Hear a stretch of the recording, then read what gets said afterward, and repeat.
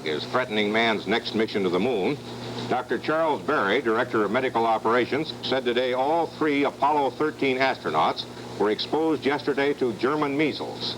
Berry said the crew, James Lovell, Thomas Mattingly, and Fred Haise, are now in good physical condition, but the results of tests for German measles will not be known until Wednesday.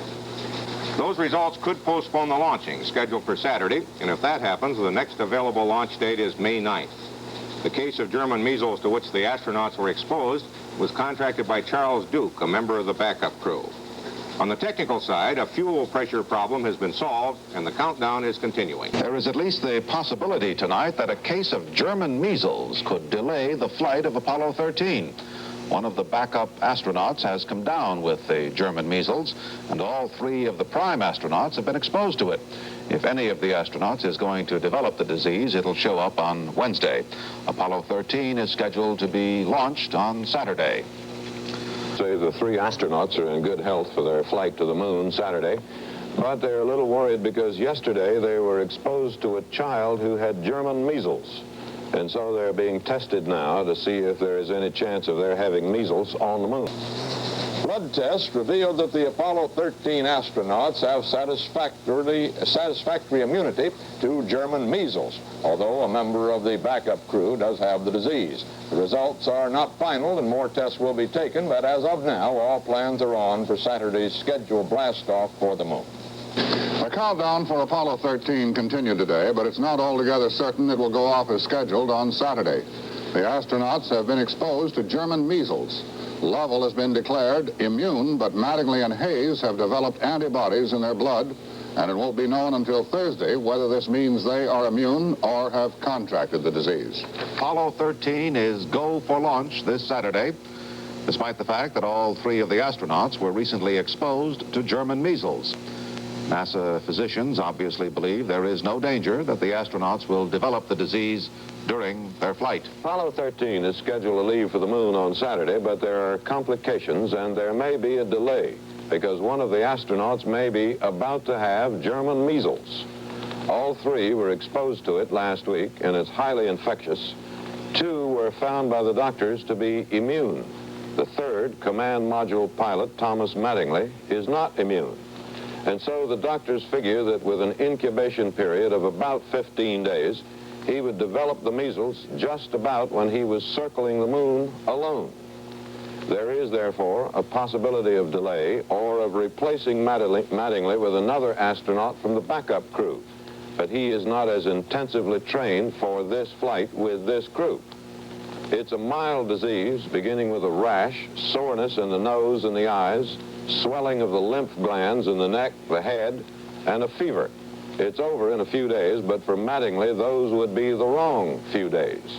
If they have to postpone the flight a month, it will cost somewhere close to $1 million. $1 million case of measles, the most expensive measles in the history of the world. Good night for NBC News. If Apollo 13 cannot be launched Saturday afternoon, it can't go until May 9th. That's because of the position of the moon and lighting conditions at the Apollo's planned landing site. To postpone the flight would cost around $500,000, but a case of German measles could cause a postponement and cost the American taxpayers just that much. David Shoemaker reports from the Kennedy Space Center in Florida. A debate is underway within NASA over whether to postpone Apollo 13 a month or replace a member of the crew. The background is this. Over the weekend, one of the backup astronauts, Charles Duke, came down with what appeared to be German measles.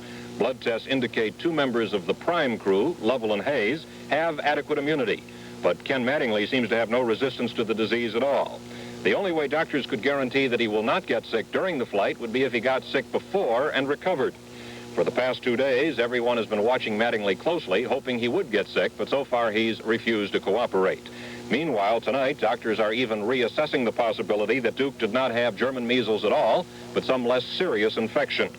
While awaiting the results, officials are balancing 2 alternatives: the difficulty of keeping the complex Saturn Apollo ready to fly for a month when Mattingly will be out of danger and the moon will be back in position for another launch attempt, or replacing Mattingly with backup astronaut John Swigert Jr. Swigert's been getting ready all day, but there's considerable resistance to breaking up a crew that is trained together. Additional simulator time has been scheduled to give Swigert a chance to work with Lovell and Haise, and particularly to prove to Lovell that he's ready to go. A final decision must be made by Friday night. David Shoemaker, CBS News, Kennedy Space Center, Florida. $375 million mission to the moon, 250,000 miles away, remains imperiled today by a childhood disease. Walter Cronkite reports from the Kennedy Space Center. The countdown goes on, and the weather outlook now is good. But a big question remains about whether Apollo 13 will be launched toward the moon on Saturday. Astronaut Thomas Mattingly, he's known as Ken, has been just about eliminated from the crew unless there is a postponement. It has been confirmed that backup astronaut Charles Duke has German measles. Mattingly has been exposed, and he is not immune. No official announcement, but doctors have recommended that he not go. This leaves two alternatives. Postpone the flight until May 9th at a cost of several $100,000, or substitute backup crewman John Swigert Jr. for Mattingly as command module pilot. That's the fellow who stays in orbit while Jim Lovell and Fred Haise land and walk on the moon. The decision's expected tomorrow. Meanwhile, Ken Mattingly, he's the one without much hair here, has been briefing Swigert, a 38-year-old civilian space rookie, on flight plans. And Swigert has been working out in simulation equipment here at Kennedy Space Center, trying to develop the kind of teamwork with Lovell and Haise that normally takes months. It's quite an assignment.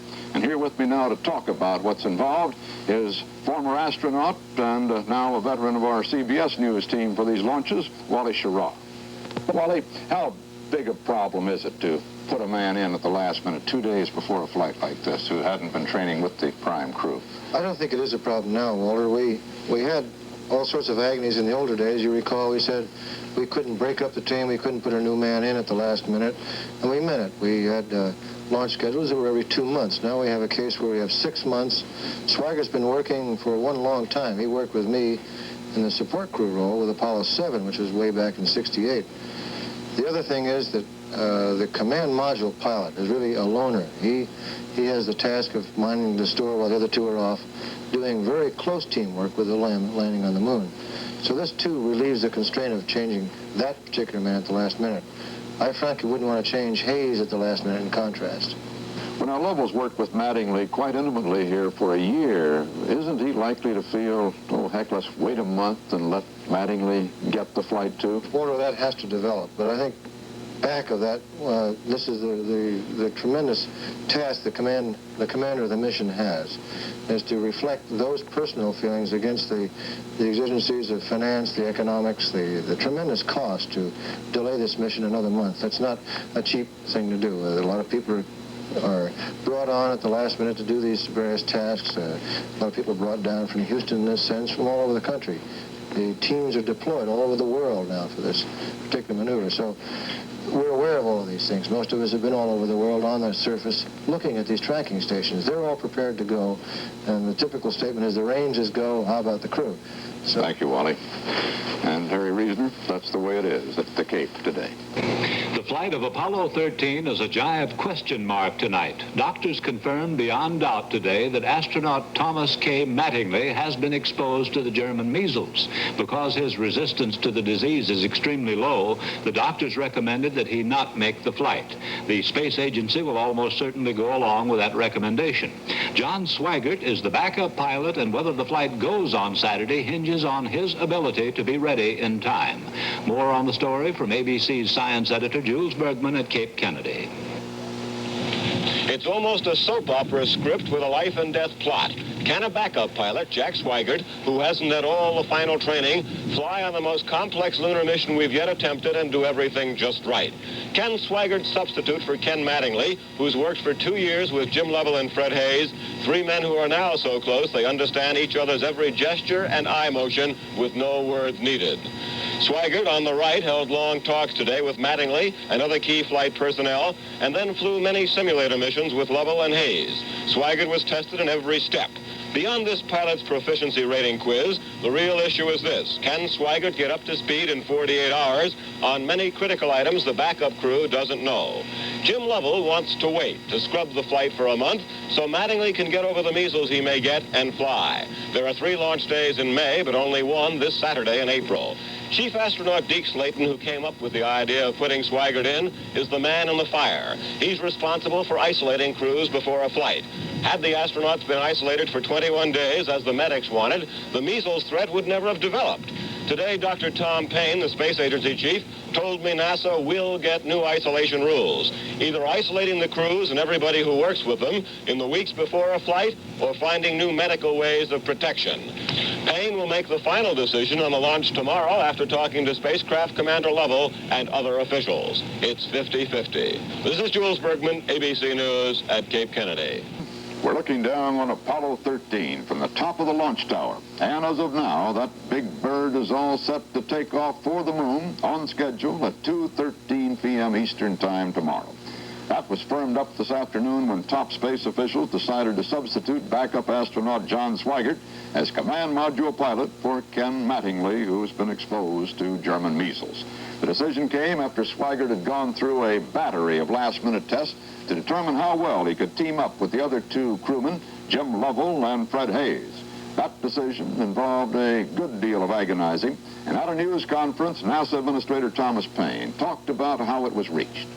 The evidence is very substantial. At about the time that we would have been conducting the lunar operations, that Lieutenant Commander Mattingly would indeed be coming down with symptoms of the measles, such that his capacity for successfully carrying out the command module operations are called into question.